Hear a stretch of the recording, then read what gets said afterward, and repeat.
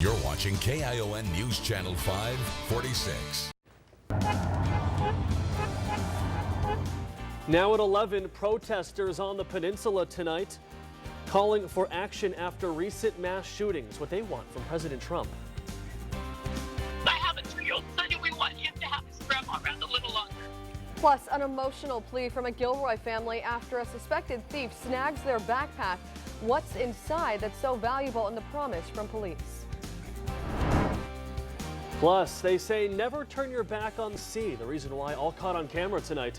What was behind this tidal wave? And we've got some warmer weather on the way for some areas. I'll let you know where coming up. This is KION News Channel 546 at 11. The time for talking is over. The time for action began today. Yeah, passionate statement from Texas Governor Greg Abbott today after meeting with state leaders about finding a solution to mass shooters. He also set aside $5 million for the El Paso relief effort. Thanks for being here. I'm Aaron Groff. And I'm Amanda Gomez. The cities where these tragedies happen want to see more done on a larger scale. Protesters in both El Paso and Dayton were there to greet President Trump as he paid a visit to their cities. He doesn't care. If he cared, he would do something about it, but he doesn't. His hateful rhetoric, and then him having, I can't even believe he said hate has no home here. We need the president here. People don't realize he's bringing resources here our community needs to rebuild. Trump said today he's open to talking about some aspects of gun control legislation like background checks, but it's unclear if Congress can reach a consensus. The House previously passed 2 gun control bills, but the Senate has not voted on either one. President Trump also visited Dayton today, where 9 people were killed in another mass shooting that weekend. Here's the president and the first lady meeting at the hospital with first responders and some of the victims of that early Sunday morning attack. He also met with Dayton's mayor, who said President Trump did not commit to any new effort. Well, I mean, he just uses words that don't really mean anything. So we're going to do something, because I was really like, Mr. President, we need to see action. We need to see something done on gun control, specifically on gun control. We're going to do something. That was his response. Yes. She says they unsuccessfully discussed assault weapons, red flag laws, and mental health, but only praised the president for doing a good job comforting the victims at the hospital. President Trump also facing pushback here on the Central Coast. KION's Alicia Machado was at a rally in Monterey today, one of many across the nation after these recent mass shootings. She joins us now with what the demonstrators want. Alicia.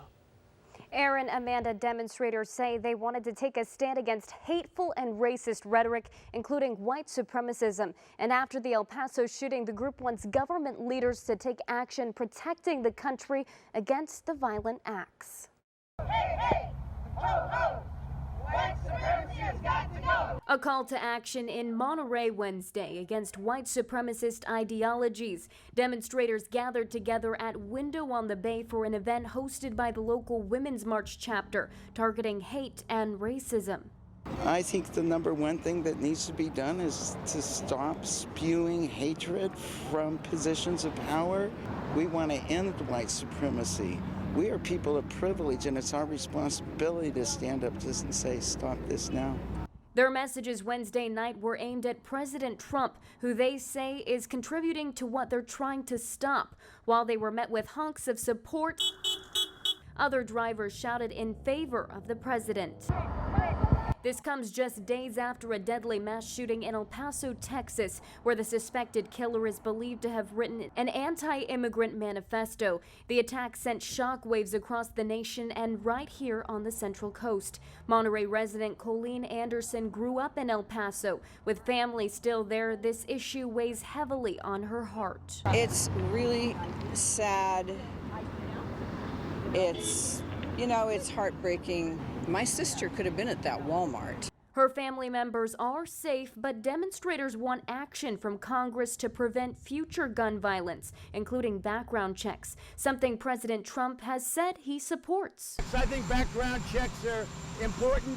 I don't want to put guns into the hands of mentally unstable people or people with rage or hate sick people. But demonstrators say further action is needed to ban weapons like those used in the El Paso and Dayton shootings. AR-15s are a war weapon, and they're only used to kill multiple people, and that's how they've been used in this country, is to wipe out crowds of people, including little children.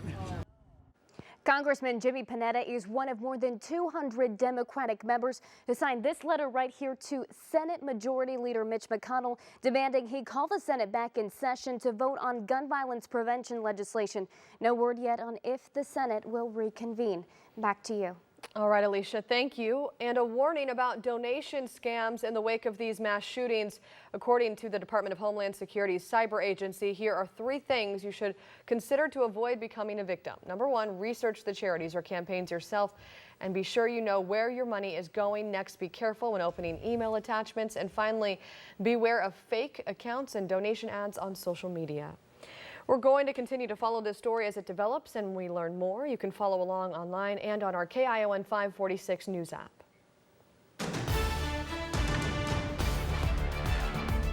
And as people in Gilroy continue to mourn the tragedy there, we have new information tonight about those who left their cars at Christmas Hill Park. The FBI has finished its crime scene investigation, but the park will still be closed for several more weeks. And tonight we're learning if you need to pick up your car, there will no longer be shuttles. That starts tomorrow. Instead, go to Uvas Park Drive at Miller Avenue and coordinate with retrieval with on-site security there. If you still need to claim items you may have left during the shooting, you need to go to the Wheeler Community Center on West 6th Street in Gilroy. The center will be open through Friday from 11 until 7 o'clock. There are also counselors and the American Red Cross on scene to help. And drop-in counseling services are available as well for anyone at Gilroy High School and Brownell Middle School. They are also open until Friday from 4 o'clock until 8 o'clock. The Santa Clara County Board of Supervisors will honor the Gilroy shooting victims at their meeting next week. They will adjourn their August 13th meeting to honor Kayla Salazar, Trevor Irby, and Stephen Romero. Following that, there will be a flag-raising ceremony. That meeting starts at 9:45 a.m. at the Santa Clara County office.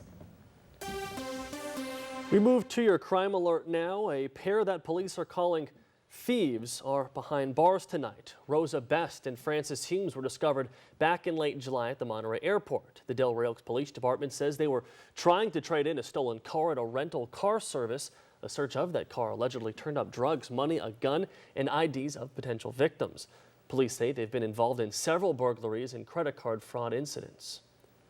Also tonight, federal prosecutors charged 32 people who sold drugs in a San Francisco neighborhood as part of an international operation. The DEA says most of the dealers were from Honduras, but the ring stretched from Mexico to Seattle.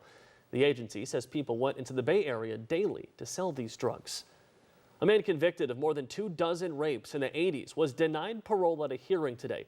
Decades ago, he was sentenced to 406 years in prison, but because of a new law, he could have been set free. 58-year-old George Anthony Sanchez, known as the ski mask rapist, was found guilty of 25 rapes before he was 26 years old. The state granted him youthful offender status, which made him eligible for the parole hearing through the elderly parole program.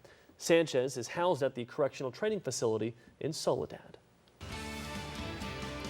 Covering Santa Cruz, a hazmat team surrounded the Santa Cruz jail today. An inmate and several officers were hospitalized after an inmate is believed to have swallowed drugs during a pod search. That search happened before 11 o'clock this morning. The inmate was released after showing no symptoms, but hours later, the correctional officers had signs of chemical disorder. The sheriff's office tells KION they do not know how these officers were connected to the search. They are all released or ready to be released, but hazmat crews remained outside the jail while the Department of Justice works to identify a substance in question. Gilroy police are searching for a person responsible for stealing a backpack from a restaurant, and it's what's inside that bag that is drawing attention. The woman who it belongs to said her life-saving cancer medication is inside. This happened Tuesday night. The woman was heading to a doctor's appointment when her family stopped for food. The backpack was accidentally left on the table, and by the time they realized it and went back, it was gone. Police say surveillance video shows the suspect sat down, and when he was done eating, police say he grabbed that bag and left. The family says they're desperate for that medication. You can keep the purse, you can keep the money, just return all the contents back to us and do something right for a woman that just has such a kind heart. It doesn't deserve this. If you recognize this man, police say to call them. If you know him, ask him to turn that medication in either to them or a local hospital. No questions asked. Covering Salinas now, the city is trying to combat a multi-million-dollar deficit over the next 10 years, which, if left unchecked, could leave the city in big trouble. The city is looking at an increase in deficits exceeding $10 million a year by fiscal year 2027. City staff says the Salinas plan would help them stay fiscally solvent, maintain core services, and identify additional money to address housing issues. The city says it's tough to project revenues and deficits over 10 years, but they're trying to stay ahead of things. Staff will present their progress on that plan to the council next Tuesday. A racist tweet directed at a high school coach in Salinas is now being called a prank. It surfaced on social media concerning parents, and while the district says there's no threat, police are calling it a teaching moment. Parents have a responsibility to be watchful and monitor, what their children are into as far as social media contact. The Twitter account was quickly removed, but at the time it read, quote, "I love Hitler and President Trump" in the bio, and then a racist tweet with a believed picture of a coach at Alvarez High School says, "I hate black people." Given the recent tragedies, parents were concerned about the content. It can hurt other people, and it could lead to something horrific like what you've seen in the news these days.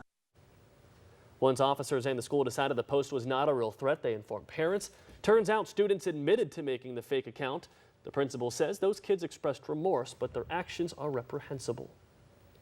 Hundreds of Central Coast students, though, went back to class today. First day of school is an exciting time, but Salinas police have a warning for parents that just because it's crowded and you're only dropping off or picking up your kid, you do need to be aware of rules in the school zone. Police tell us that drivers can be cited for stopping at a curb in a red zone, stopping in the middle of the road, or in a bike lane.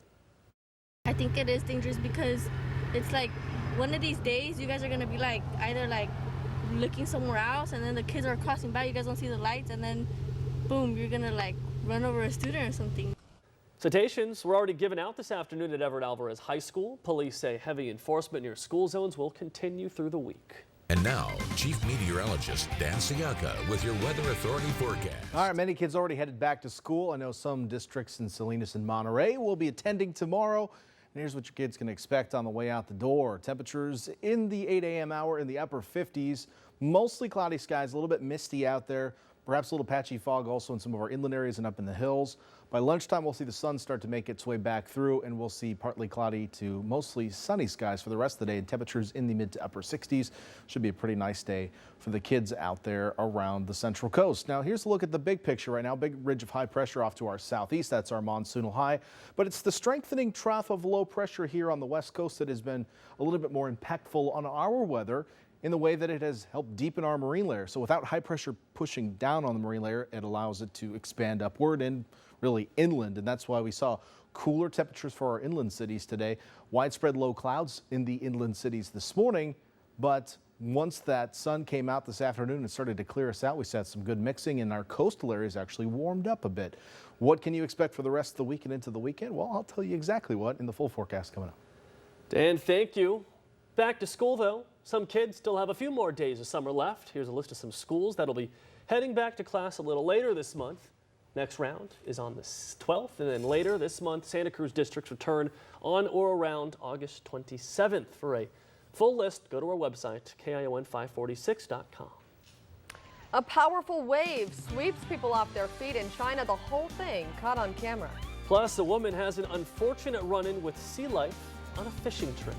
And an unusual house targeted by neighbors. Why they believe its unique paint job is an act of revenge.